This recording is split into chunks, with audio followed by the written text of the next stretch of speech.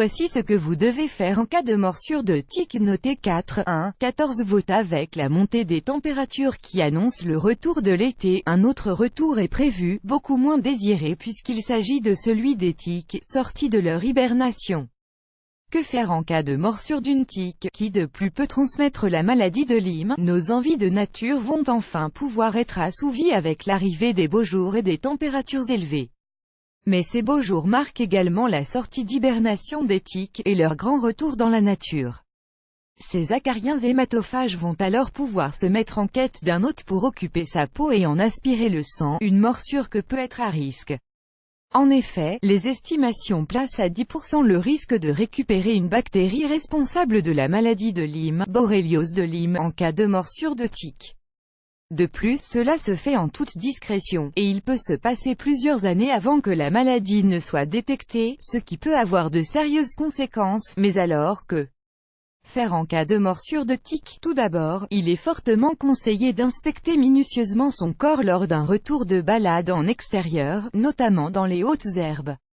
Les zones particulièrement appréciées des tiques sont les parties chaudes et humides, ainsi, il n'est donc pas rare qu'elles s'attaquent à des endroits incongrus comme derrière les oreilles, derrière les genoux ou encore les aisselles.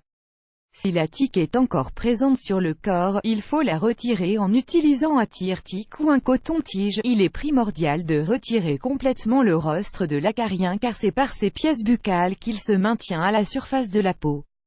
En revanche, il est déconseillé de comprimer le corps de la tique ou d'utiliser tout produit tel que de l'alcool, car cela pourrait entraîner une régurgitation de salive de la tique dans la peau, augmentant le risque de transmission d'agents pathogènes. Versez un peu d'eau sur la tique puis tournez dans le sens inverse des aiguilles d'une montre votre coton-tige autour jusqu'à ce qu'elle se détache de votre peau. Si vous disposez d'une pince à tique, ce sera encore plus facile, une fois la tique totalement retirée, désinfecter la plaie. Si la tique n'est plus présente sur le corps, un point rougeâtre va apparaître, avant de s'étendre en une tache circulaire de 1 à 2 cm de diamètre. Cette tache peut ensuite s'étendre à nouveau pour atteindre parfois 10 cm. La lésion peut persister pendant plusieurs jours ou semaines et peut être accompagnée ou non de symptômes non spécifiques comme de la fièvre, des maux de tête ou une fatigue importante.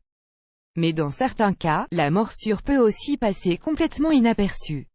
Alors, en cas de doute, il est fortement conseillé de consulter un médecin, qui prescrira alors un traitement qui se révélera le plus efficace si la morsure est prise en charge assez tôt.